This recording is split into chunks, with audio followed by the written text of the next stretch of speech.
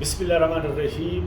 السلام علیکم ناظرین، درس قرآن کے پروگرام کیا کہتے ہیں قرآن میں خوش آمدید۔ ناظرین، آج کے درس میں ہم سورہ بقرہ کی آیات 44 پر بات کریں گے، جس میں اللہ تعالیٰ نے بنی اسرائیل کے جو مذہبی پیشوا ہے، مذہبی قیادت اور سیادت، ان کا ایک بھیانک کردار اس کو بتایا، بیان کیا۔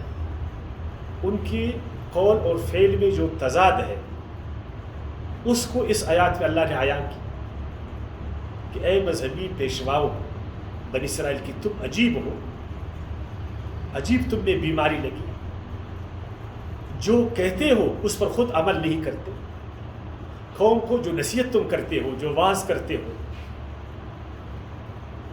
لیکن اس پر تم خود عمل نہیں کرتے، اور یہ ایک بہت برا عمل ہے۔ فرمایا اتأمر الناس، آیا تم حکم کرتے ہو لوگوں کو بالبر، نیکی کا، وتنسون انفسکم، اور اپنے آپ کو بلاتے ہو، وانتم تتلون الکتاب، اور تم کتاب کو بھی پڑھتے ہو، افلا تعقلون، اس بات کو تم کیوں نہیں سمجھتے ہو؟ کیا تمہارا خیال ہے کہ لوگ بے وقوف ہیں؟ بس ہم ان کو بیان کریں گے، ایک طرح نصیحت کریں گے، اور ہم ایکسپوز کبھی نہیں ہو جائیں گے، ہمارا بھیانک عمل ان پر ظاہر نہیں ہو جائے گا۔ کب تک تم اپنے برے اعمال کو اچھی باتوں میں چھپاؤ گے؟ کب تک بری چیزوں کو اچھی پیکٹوں میں بیچو گے؟ کب تک قوم کے ساتھ جھوٹ بولو گے؟ کب تک دوغلاپن کرو گے؟ کب تک تمہارے قول اور فعل میں یہ تضاد رہے گی؟ ایک طرف سے حق اور باطل کی بات، اور دوسری طرف سے چوری چھپی پھر باطل کے پیچھے۔ تم نے کتمان حق کیا، حق اور باطل کو ملایا، حرام خوری تم نے کی، اب اس نے تم کو اس مقام پر کھڑا کیا، اب تم میں جرت نہیں ہے عمل کرنے کی۔ کتمان حق نے تمہارے دل کو سیاہ بنایا، حق اور باطل کی ملاوٹ نے تم کو انتہائی درجے کا دوغلا انسان بنایا، اور حرام خوری نے تم کو اچھے عمل سے دور رکھا، اور آج تمہاری مثال اس طرح ہے جس طرح ایک گدھا جس پر کتابیں لا دی جائیں اور ان کو یہ پتہ نہ ہو کہ میری پیٹھ پر ان کتابوں میں کیا لکھی ہے۔ فرمایا 62ویں سورت کی آیات 5 میں، مثل الذین حملوا التوراۃ، ان لوگوں کی مثال جن پر تورات کا بوجھ ڈالا گیا، جو تورات کے عالم ہے، جو تورات کے اسکالر ہے مذہبی، ثم لم یحملوها، لیکن وہ بوجھ جو ان پر تھا اس بوجھ کا حق انہوں نے نہیں ادا کیا، وہ اٹھا نہیں پائے، کمثل الحمار، وہ اس گدھے کی طرح بن گئے، یحمل اسفارا، جس پر کتابیں لادی ہیں۔ اے مذہبی پیشواؤ، کتنی کتابیں تمہارے پاس، تمہاری لائبریریاں کتابوں سے بھری ہے، تم نے دینی درسگاہوں میں سینکڑوں کتابیں پڑھی، تم قرآن کے حامل ہو، تم تورات کے حامل ہو، تم زبور کے حامل ہو، تم انجیل کے حامل ہو،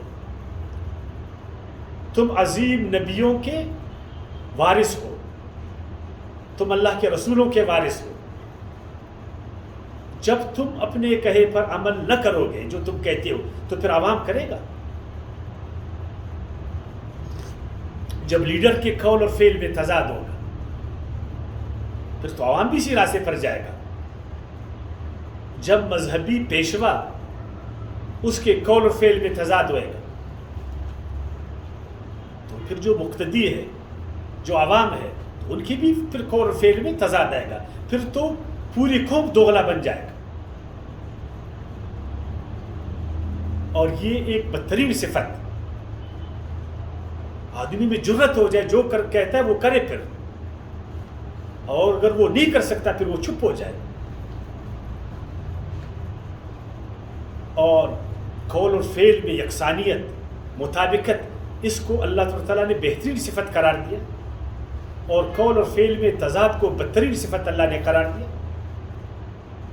اور فرمایا یا ایھا الذین آمنوا لم تقولون ما لا تفعلون، اے ایمان والو جو تم کہتے ہو کیوں وہ نہیں کرتے ہو، کبر مقتا عند اللہ ان تقولوا ما لا تفعلون، سخت ناپسندیدہ یہ بات اللہ کو کہ ایک شخص جو کہے اس پر عمل نہ کرے۔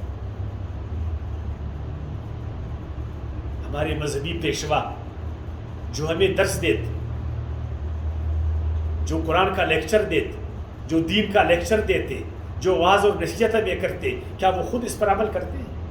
کیا عمل کے لیے انہوں نے توبہ دو کیا؟ کوئی عمل کا انہوں نے ایک ماحول بنایا؟ اس کے علاوہ جو ہمارے سیاسی لیڈر ہیں، جو انتظامی لیڈر ہیں، جو ریاستی لیڈر ہیں،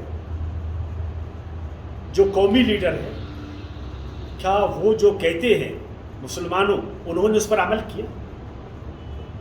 جو ہمارے ساتھ یہ وعدہ کرتے ہیں، جو انہوں نے اللہ کے ساتھ وعدہ کیا، کیا انہوں نے ان وعدوں کو نبھایا؟ کیا اس پر وہ چلے؟ اگر وہ نہ چلے اللہ کے نزدیک وہ بدترین مخلوق،